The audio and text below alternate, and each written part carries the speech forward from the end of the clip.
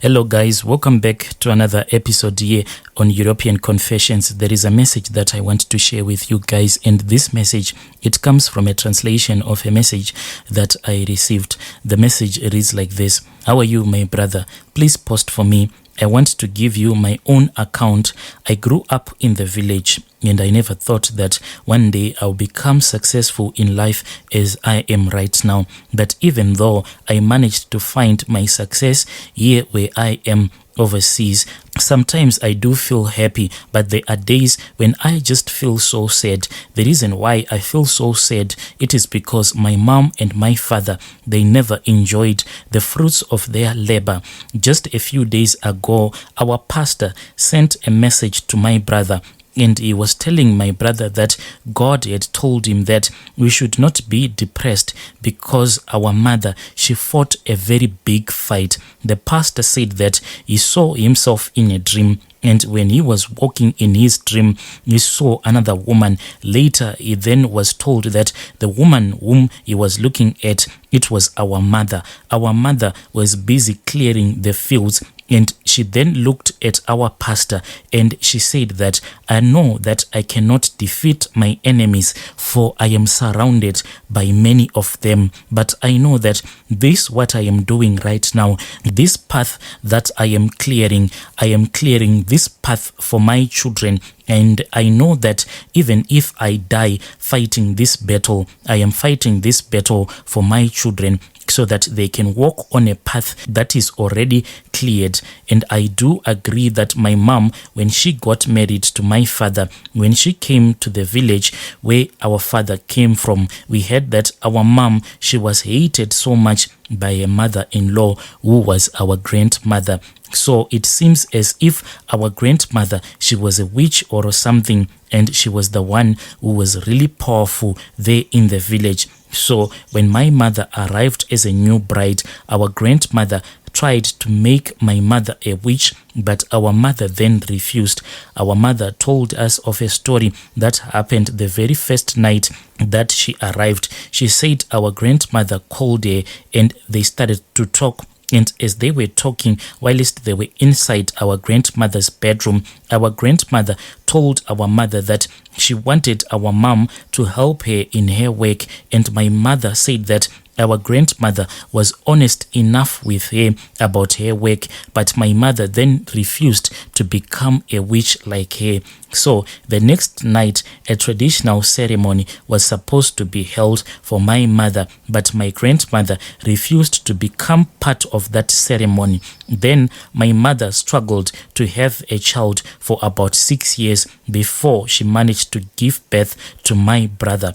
Before my brother was born, my mother had 3 stillborn babies. This was after my grandmother had said that my mother was nothing but a barren woman. When my mother gave birth to our brother at church, she was told that my brother was a gift sent by God to break the chains of poverty that was in my father's family, because even though in our father's family there were graduates and skilled people, our grandmother was said to have made a declaration that none of her children would ever work in the city or anywhere beyond the village. It seemed as if our father was the only one who had managed to break that curse that our grandmother had declared, that children were supposed to remain in the village until the time of their death. So all of my grandmother's children, no matter how they were much educated,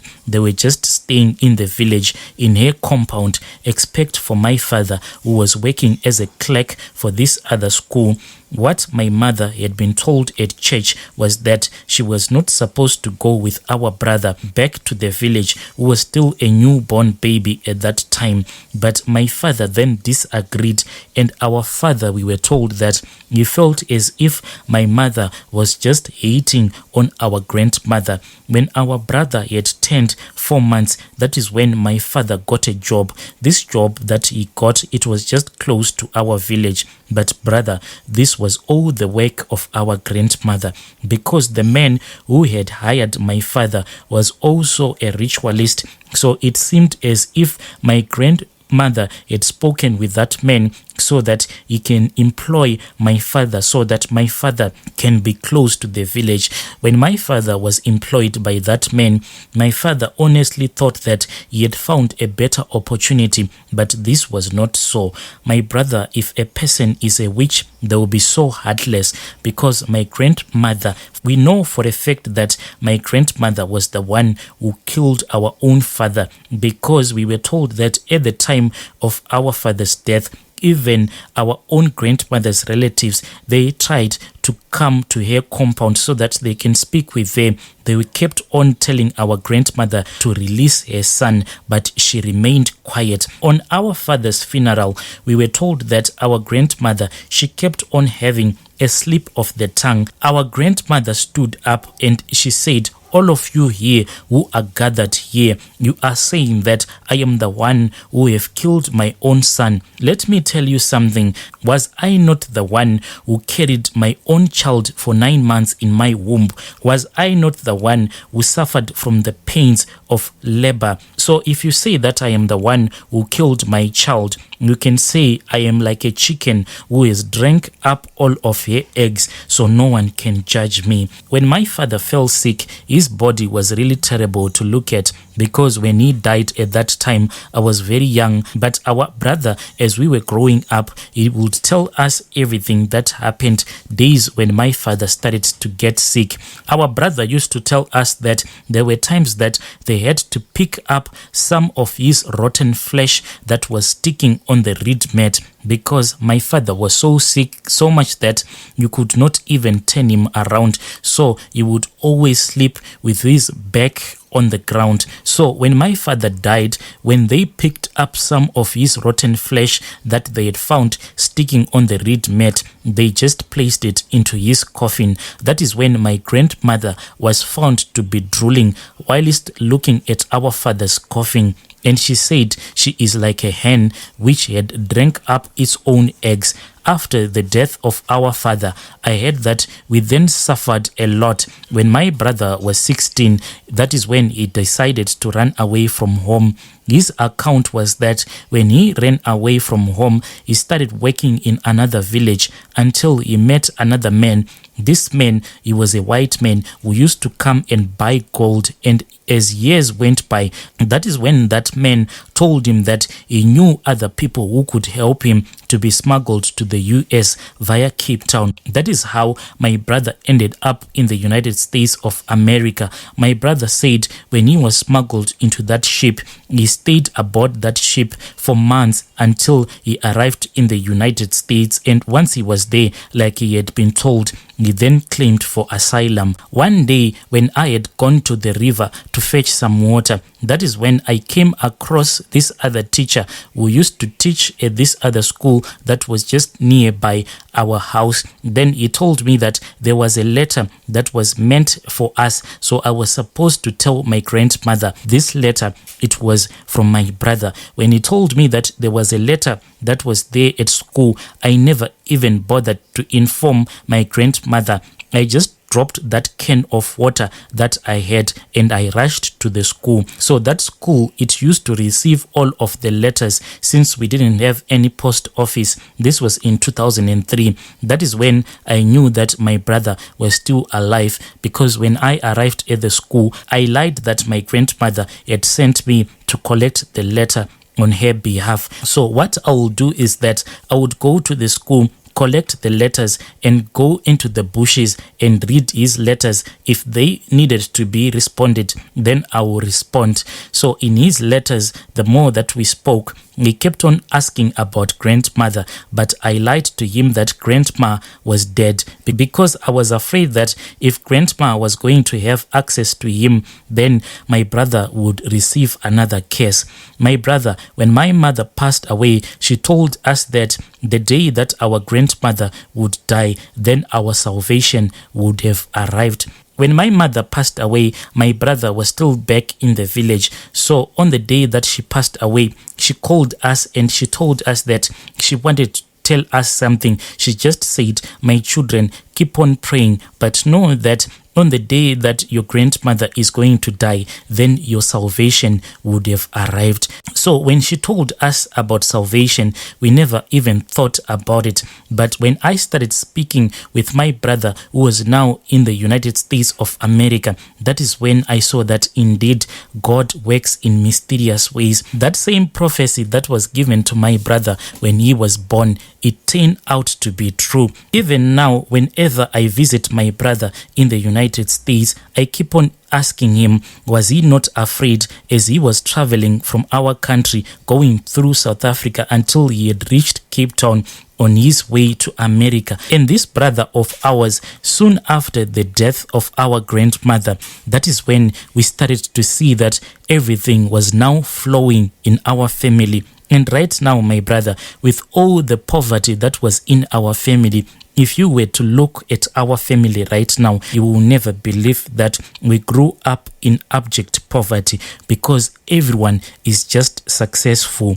So when my grandmother died, that same evening that she passed away, we started to hear a lot of evil creatures that were crying outside. When those evil creatures were crying outside, at first we thought that maybe they were just cats, because in the village sometimes you can have a cat at home, then that cat will go wild. So the way that a wild cat cries and the way that a domesticated cat cries, they have two different cries. People who grow up in the village, they know this. So when those creatures were crying, we thought that maybe they were just cats, but the movie my brother had just started. This was like the opening scene. The elderly people at home then called the police, since our grandmother had died whilst she was sleeping in her bedroom. She was then taken to the mortuary, but my grandmother, she was buried without a coffin. Note that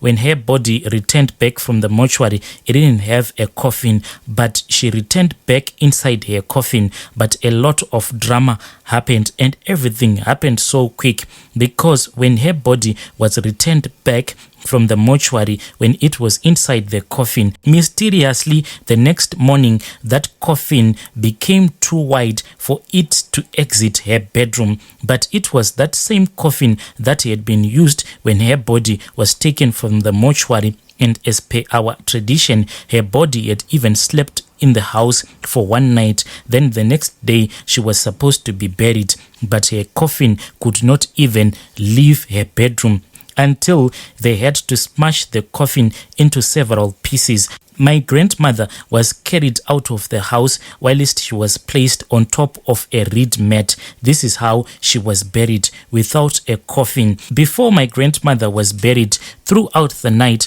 we heard creatures crying. The sound was like that one when two cats are fighting. Some even claimed to have seen little babies, but they said that these little babies that were running around the compound, they were not like your little babies that you know. Those little babies, they were looking like they were grown men and grown up women, and they were chasing each other, fighting for the scraps of food, because on her funeral, since my grandmother was more like the elderly person left in our family, so 2 cows were slaughtered. So everywhere on the compound there were just bones. So people who were sitting outside, they claimed to have seen little babies that looked like grown up people chasing each other, fighting for the scraps of food that were all over the place. After the death of our grandmother, my uncle, who was a teacher, suddenly received a call. My uncle received this call whilst we were at the graveyard, after my grandmother's corpse had been lowered into her grave. That was when our uncle was handed a phone by his sister-in-law, because she was the only one who had a phone in the family. Then when we had returned back home, that is when our uncle informed everyone that there was this other job that he had applied many years ago, and he was told that the very next day he was supposed to come come to that school so that they can have an interview. Upon his return back to the village, our uncle then told everyone that had happened whilst he was at that school during his interview. And he was told that his CV, when he had dropped it at that school, it was placed in the wrong place and it had never reached the human resource office. Only when the HR was about to retire, when she was busy packing up her belongings, that is when she came across my uncle's CV. And when she looked at my uncle's CV, she was impressed. My uncle, he cried, because when he started teaching, he was quite an old man. My story, my brother, is too long. If you would allow me one day, I will give you more details. Yo, dear listeners, right there was a message that I received from one of our listeners.